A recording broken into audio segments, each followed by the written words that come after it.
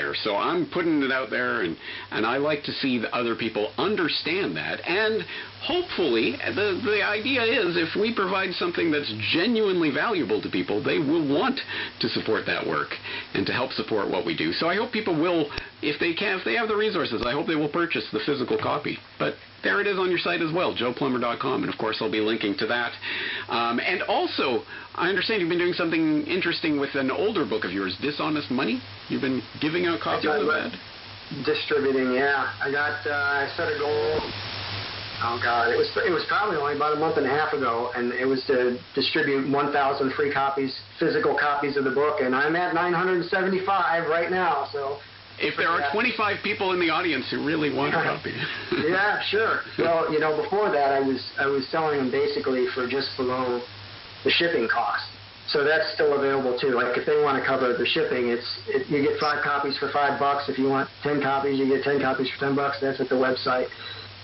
And yeah, that makes me happy too. Because even if only 10% of the people who get their hands on it start digging into it, then look at it from this perspective. I know how good it makes me feel that you exist. Okay, and I imagine it makes you feel good to know that I and a bunch of other people that listen to your content exist. So from no other perspective of results being attached to the result or anything else, just helping people understand that this fake sense of being alone and isolated and disconnected from how everybody else feels, they need to know that no, you're not. So that makes me feel good too. So somebody is getting this book handed to them, and they're opening it up, and it's like, my God, this is fantastic. I didn't even know that there were people out here, like the people who are still sleeping, right? And they just feel like, okay, I don't feel like things are the way I'm being told they are. I don't understand this, and I feel like I'm not supposed to understand it. Okay, now they open this up, and now all of a sudden they understand how the monetary system works, and that there are other people out there that can easily understand how the monetary system works, and there's people out there that want to help understand. All of that creates a sense of community and a sense of feeling stronger than the way they felt prior to that.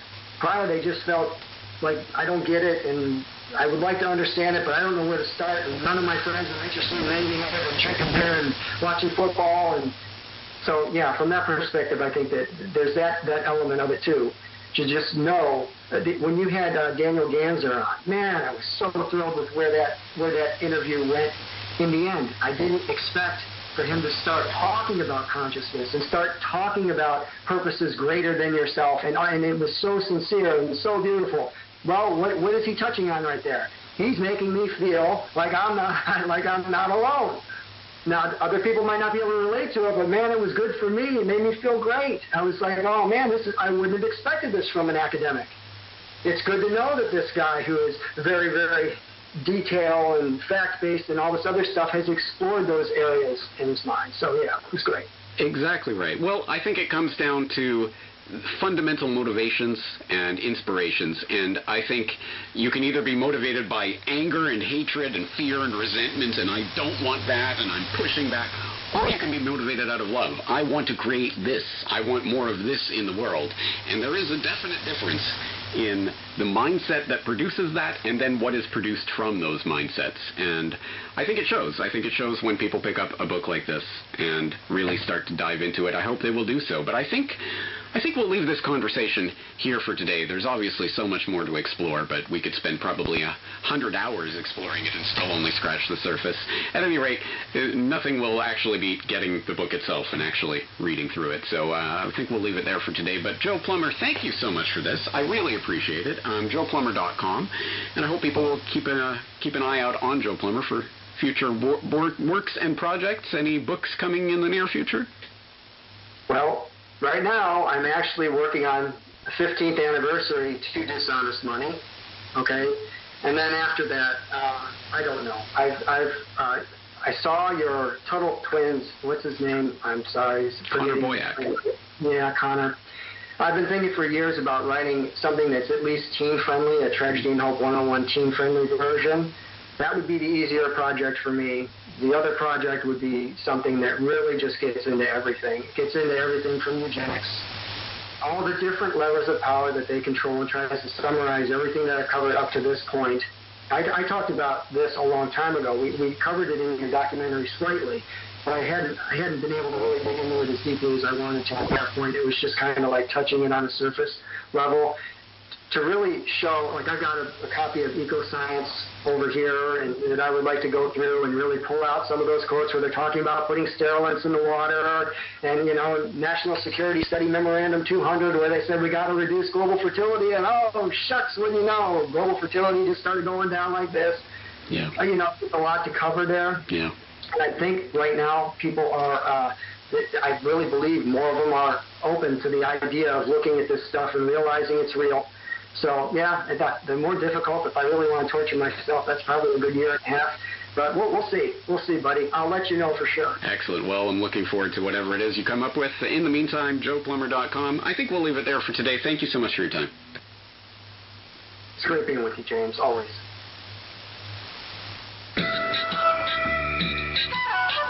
You're listening to the Corbett Report. CorbettReport.com.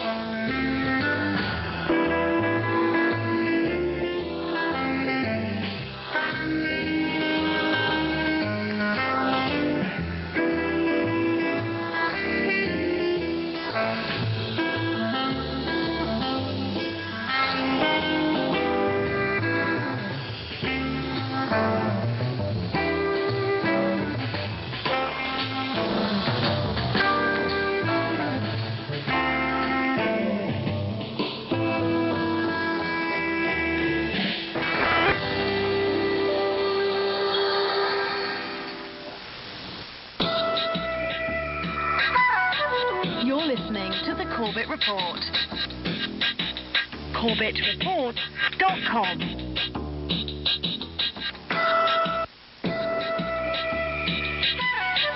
You're listening to the Corbett Report. CorbettReport.com.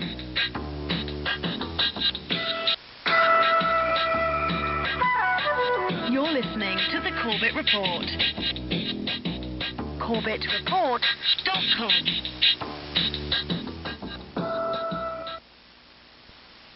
Welcome back, friends. Welcome back to Solutions Watch. I am James Corbett of CorbettReport.com, coming to you in October of 2023 with a little bit of literary whiplash, because listeners of the Corbett Report will recall that last week I was chatting with Dr. Daniela Ganser about his books going deep diving into Operation Gladio and the functioning of the American Empire and some of the things that it's been involved in, Gulf of Tonkin and others around the world.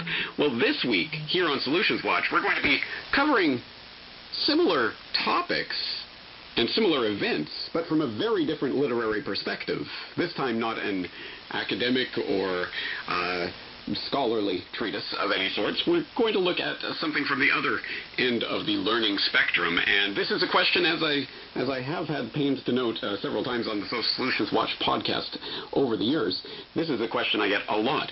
How do I introduce this material in an age-appropriate way to my children? Well, here's an idea for you. It is called The Tuttle Twins' Guide to True Conspiracies.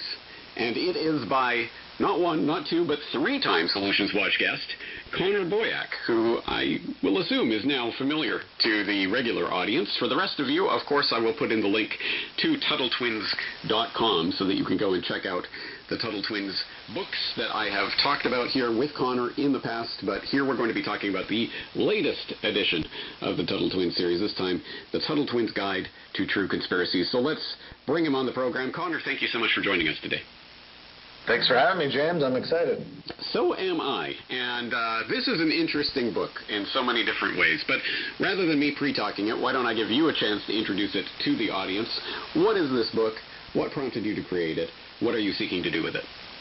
So the Tuttle Twins' Guide to True Conspiracies is a hardback book of 200-plus pages where we share 20 stories as not conspiracy theories, but true, verified, documented conspiracies that are indisputable.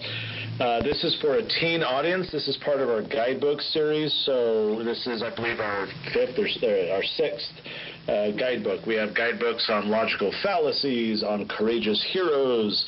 So this is a nonfiction book for a teen audience where, as I said, we list 20 examples, but in each of them, Elijah, who's our illustrator for all the books, he illustrates, so like here's, as an example, social media manipulation, and so we can see kind of the algorithm, unfairly manipulating things. Here's Operation Popeye, says leave climate change to us professionals. And so we use Elijah's fun illustrations as a way to introduce these ideas, and then I explain them simply with a bit of story, a bit of background, a little bit of intrigue to kind of say what was going on, and then introduce, the real conspiracy of what happened. Typically, they're government conspiracies. Sometimes they're corporate, private companies as well, but mostly these are bad actors in the government trying to deceive people in order to gain more power over them. Excellent and succinctly put. So let's take a look at the content of the book, because as you alluded to there, this is not conspiracy theorizing. This is conspiracy fact, documentable history. So for people who just want to take a look at what this book covers, Naira in the Iraq War, Operation Mockingbird, Operation Paperclip, Gulf of Tonkin, Operation Sea Spray, Project MK Ultra, the Tuskegee Experiment, Operation Fast and Furious, Operation Popeye, Operation Northwoods, Sugar and Fat Studies, The Great Reset, Operation Ajax, Social Media Manipulation, Poisoned Booze, Unconstitutional Surveillance, COINTELPRO, Hunter Biden's Laptop, A New Pearl Harbor, and The Creature from Jekyll Island. Obviously, for regular viewers of the Corbett Report, not a single one of those will be brand new, I would assume, because I have talked about all of them in the past. But this, as you say, is put in an age-appropriate way and context that really does put it as simply and straightforwardly as possible. So tell us about your thinking process behind choosing those particular 20 chapters.